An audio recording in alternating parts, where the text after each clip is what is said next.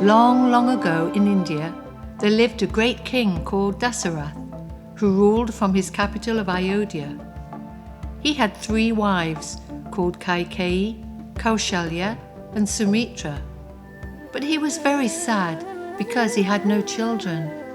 So he arranged for a fire sacrifice, out of which came a pot of special prasadam, which he presented to all his wives. In due course of time, his queens gave birth to 4 wonderful sons. Kaushalya became the mother of Ram.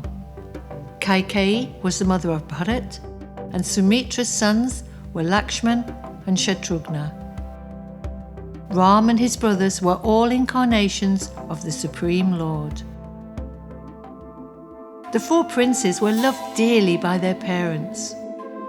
They learned the art of fighting with bows and arrows and with swords and shields.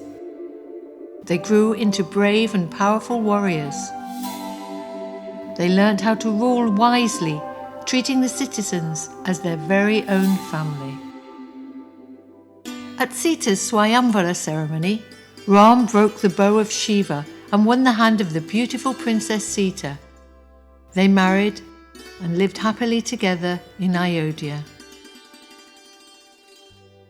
One day, King Dasarath decided it was time to retire and to hand over the kingdom to his eldest son Ram.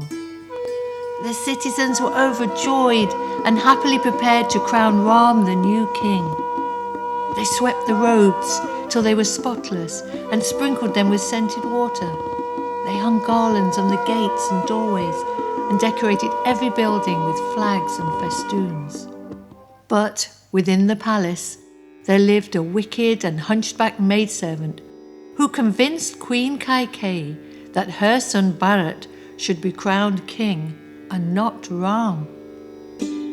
Kaikeyi asked King Dasarath to give her 2 wishes. First, she asked for her own son Bharat to be made king. And secondly, she asked him to banish Ram to the forest for 14 years. Dasarath fainted in shock. He had made a promise, and as the king, he had a duty to keep his word. When Ram heard this news, he was not disturbed at all and tried to console his grieving father. Sita and Ram's brother Lakshman decided to join him during his exile. All 3 gave up their royal garments and put on simple clothes.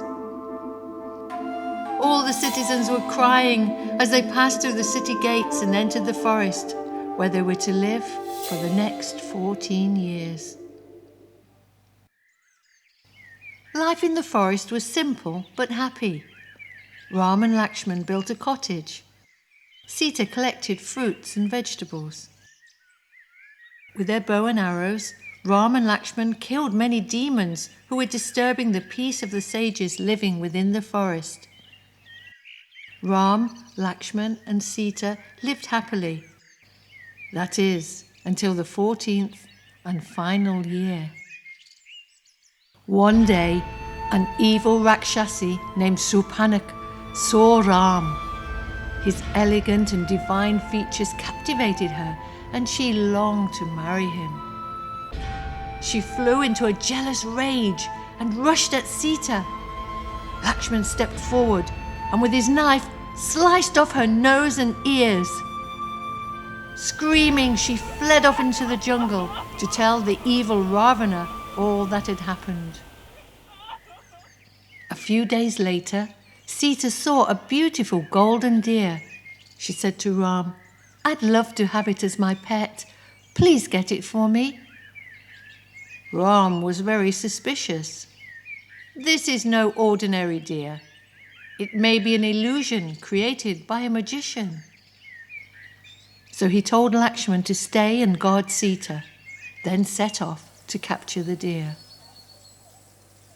But it was a trick, and the deer imitated Ram's voice and cried out, "Lakshman, help me! Help me!"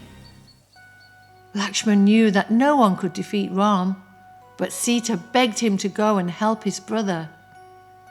Before he left, Lakshman created a magic circle around the cottage to protect Sita. "Under no circumstances must you go out of this magic circle," he told Sita. Then he went off to look for Ram. Ravan, king of the Rakshasas, was waiting. Taking on the disguise of a sage in the forest, he tricked Sita into leaving the magic circle. Springing forward, he grabbed Sita and bundled her into his chariot, which soared through the skies towards his capital of Lanka. Hearing Sita's cries for help, the brave vulture Jatayu flew towards the chariot to help Sita. But Ravana cut off his wings and Jatayu fell to the ground. Ram and Lakshman later found the dying Jatayu, who was able to tell them that Ravana had taken Ram's wife. The two brothers searched everywhere for any clue to Sita's whereabouts. They enlisted the help of an army of monkey warriors who helped them with their search. Because of his great courage and strength, Hanuman was chosen to find Sita. With a single leap, Hanuman flew across the ocean to Ravana's island of Lanka. There he found Sita, sitting in a grove of ashok trees, where she was constantly shedding tears for her husband Ram. Hanuman assured Sita that he would soon return with Ram to save her. Ravana captured Hanuman and set fire to his tail, but Hanuman escaped and jumped from building to building until all of Lanka was on fire.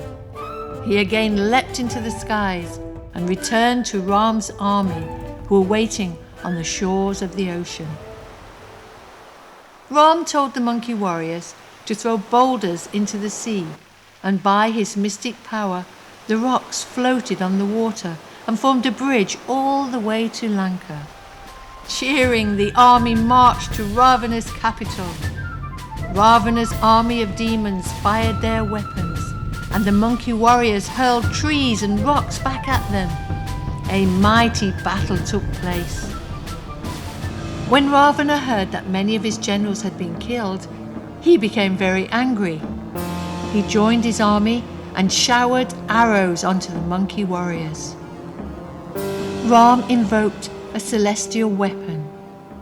Fixing the arrow to his bow, he released it towards the demon's chest. It hissed through the air and struck Ravana, who fell down to the ground, dead.